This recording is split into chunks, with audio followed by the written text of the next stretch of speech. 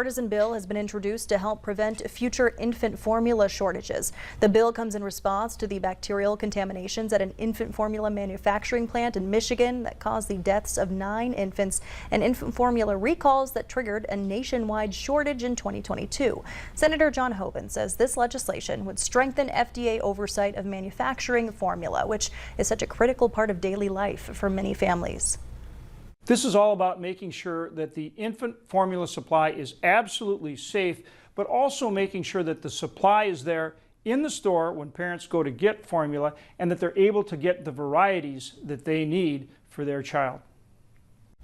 This bill would require formula manufacturers to conduct testing and share results with the FDA, consult with the FDA on how to dispose of contaminated products, and require the FDA to report to Congress on its strategy to improve the safety and security of the formula supply.